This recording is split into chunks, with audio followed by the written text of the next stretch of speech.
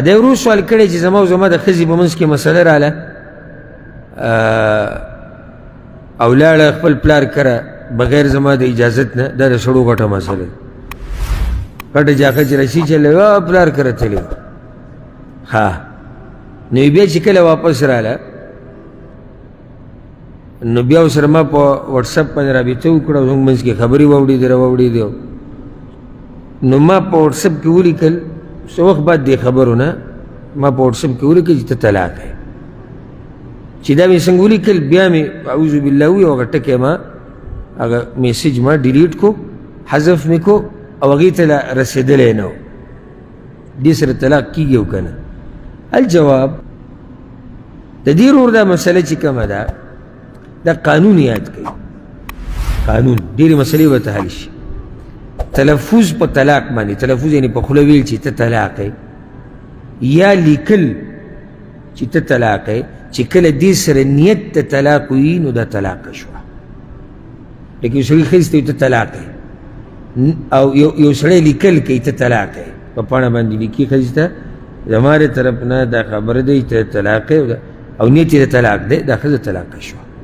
که دا لیکل دې ښځې ته رسي او که دا نه رسي دا فایده ده که د عوامو په زړونو کې پرته ده. پته یې د کوم ځای نه دا مسله یې زده کړې ده.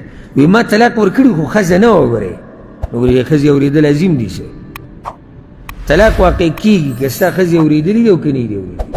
که ستا میسیج رسېدلی دی او که نه دلته ووایي میسیج له هغې ته رسېدلی نه و ما ډیلیټ کړو. که ډیلیټ یې داسې کې که نه چې د دې کمپنۍ دغه هسټرۍ نه پسې هم وباسي چې نیت د طلاق و دی او تا لیکلي دې سره طلاق واقع کېږي. که ته دا میسیج ډیلیټ کړې او که هر څه ورسره کړو دا موبایل مات کړه منډه خو دا ښځه څه ده دا طلاقه شوې ده چې کله نیت د طلاق و دی ورسره یي او لیکلي دي او دا لازم نه چې هغې ته به دا میسیج رسي. هېڅ خبره نه دي رسي. یو سړی ځان له ناست دی په جدا کمره کې او وایي زما ښځه دي په ما طلاقه یي ښه صحیح وایي په هوش اواز کې او ښه ارادې ده په ده ښځې طلاقېږي اګر که ښځې دا اورېدلي هم نه دي په دې سره ښځې طلاقېږي. د ښځې اورېدل څه لازم نه دي او نه او بعض چې له دې ته خبر راورسي او نه د ښځې قبلول لازم دي. وایي ما طلاق ورکړي دي خو ښځې قبول کړي نه داسې خوراک خو نه دی چې ته هغې له ورکوې هغه به یې خوري. طلاق چې تا ورکو بس تا ښځه طلاقه شوه. دا پکې کوم ځای راغلي چې ښځې نه دی قبول کړی او چې دا پکې راغلي چې ښځې نه دی قبول کړی د بیا خو سره څوک طلاقېږي نه. ته به طلاقونه ورکوې ځان به د ښځې نه خلاصوې او هغه وایي زه یې نه قبلوم بیا ګرځوه دا جاښه ځان سره.